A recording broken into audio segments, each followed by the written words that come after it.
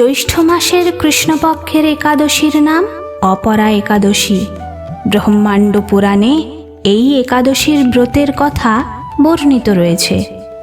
একবার মহারাজ যুধিষ্ঠির ভগবান শ্রীকৃষ্ণকে বললেন, হে জনার্দন, জ্যৈষ্ঠ মাসের কৃষ্ণপক্ষিয়া একাদশীর নাম কি এবং তার মাহাত্ম্যই বা কি?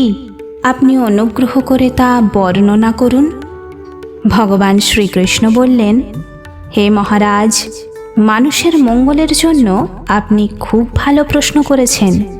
বহু পুণ্য প্রদানকারী, মহাপাপ বিনাশকারী ও পুত্রদানকারী এই একাদশী অপরা নামে প্রসিদ্ধ।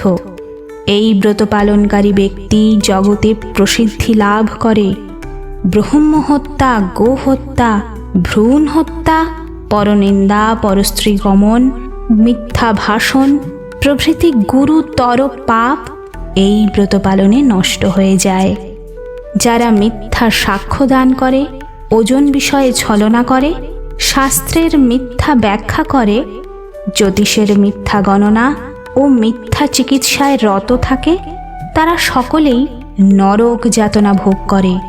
এই সমস্ত ব্যক্তিরাও যদি এই ব্রত পালন করে তবে তারা সমস্ত পাপ থেকে মুক্ত হয়।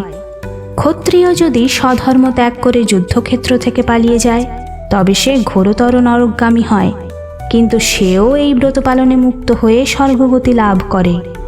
মকর রাশিতে সূর্য অবস্থানকালে মাঘ মাসে প্রয়াগ স্নানে যে ফল লাভ হয়, শিবরাত্রিতে কাশীধামে উপবাস করলে যে পুণ্য লাভ হয়, গয়াধামে বিষ্ণুপাদ পদ্মে পিণ্ডদানে যে ফল পাওয়া যায়, সিংহ রাশিতে বৃহস্পতির অবস্থানে গৌতমী নদীতে স্নানে, কুম্ভে কেদারনাথ দর্শনে, বদ্রিকা আশ্রম যাত্রায় ও বদ্রীনারায়ণ সেবায়, সূর্যগ্রহণে কুরুক্ষেত্রে স্নানে, হাতি ঘোড়া ভূখণ্ড স্বর্ণদানে এবং দক্ষিণাসহ যজ্ঞ সম্পাদনে যে ফল লাভ হয়ে থাকে, এই ব্রত পালনে অনায়াসে সেই সকল ফল লাভ হয়।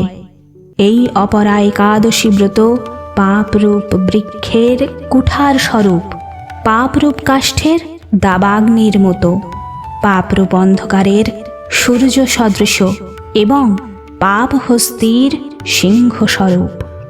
এই ব্রত পালন না করে যে ব্যক্তি জীবন ধারণ করে, জলে বুদ্বুদের মতো তার জন্ম মৃত্যুই কেবল সার হয়। অপরা একাদশীতে উপবাস করে বিষ্ণু পূজা করলে সর্বপাপ মুক্ত হয়ে বিষ্ণু লোকে গতি হয়। এই ব্রত কথা পাঠ ও শ্রবণ করলে সহস্র গোদানের ফল লাভ হয়ে থাকে।